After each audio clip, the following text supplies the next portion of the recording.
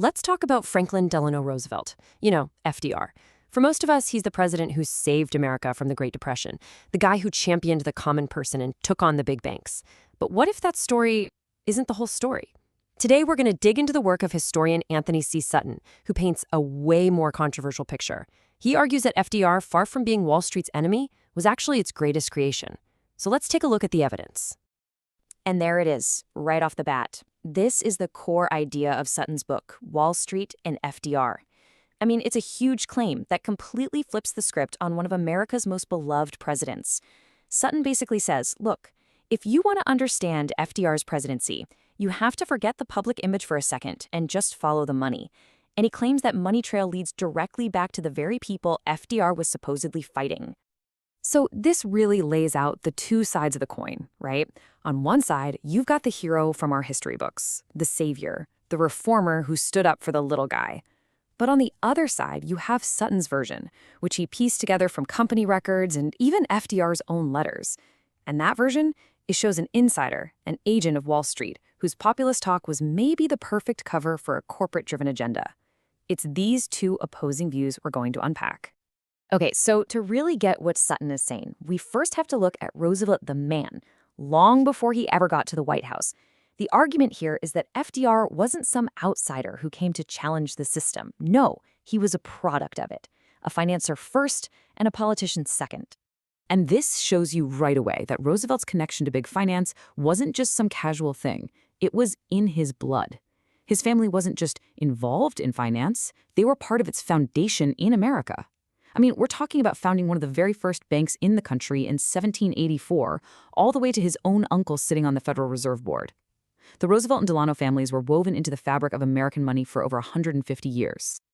And this wasn't just his family history, it was his own career path too. Before he was president back in the roaring 20s, FDR was not sitting on the sidelines. He was a major player. As you can see here, he had all these high-level corporate jobs, vice president, partner, director, and a whole bunch of companies, many of them based right on Wall Street. This wasn't some politician just dabbling in business. This was a businessman, through and through. And some of these business deals, well, they were pretty controversial.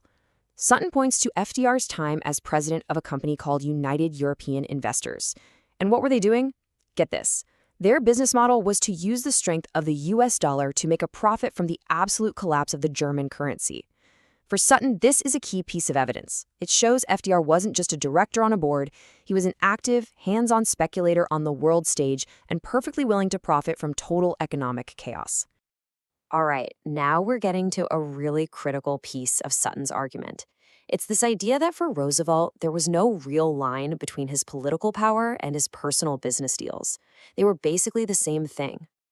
Check this out. This is a direct quote from a letter FDR wrote himself when he was vice president of the Fidelity Deposit Company.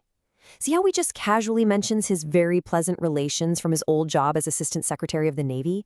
Sutton holds this up as Exhibit A. He's showing how Roosevelt used his past government titles to directly ask for contracts for his company.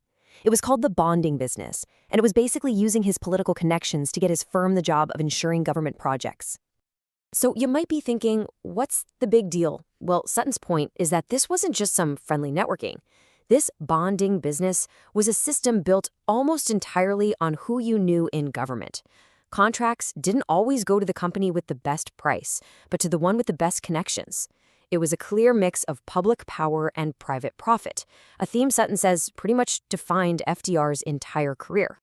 So this brings us to the big one, the presidency. How did a guy from Wall Street get elected in 1932? Well, according to Sutton, it was basically a deal. Here's how he breaks it down. First, President Hoover, a Republican, said no to a plan for centralizing industry that was written by Gerard Swope, the head of General Electric. Wall Street really wanted this plan, so they dropped Hoover and put their money and support behind Roosevelt, who did agree to it. And that corporate plan, the Swope plan, it became the foundation for the National Industrial Recovery Act, a huge part of the New Deal.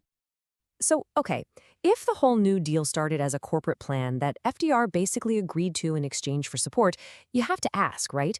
Who did it really serve? Was it the common man, like we're told, or was it the people who wrote the plan to begin with? And to explain this, Sutton comes up with this really interesting term, corporate socialists. This is what he calls these powerful financial guys who aren't actually against government regulation. In fact, they love it. as long as they're the ones writing the rules. It's like a sports team getting to set the rules of the game to make sure they always win. The goal isn't a free market. It's to use the power of the government to lock in their monopolies and crush their smaller competition. So from this point of view, the New Deal starts to look totally different. Sutton argues its regulations ended up helping the biggest corporations, often at the expense of small businesses that couldn't keep up. Instead of breaking up monopolies, it used the government's power to make them even stronger.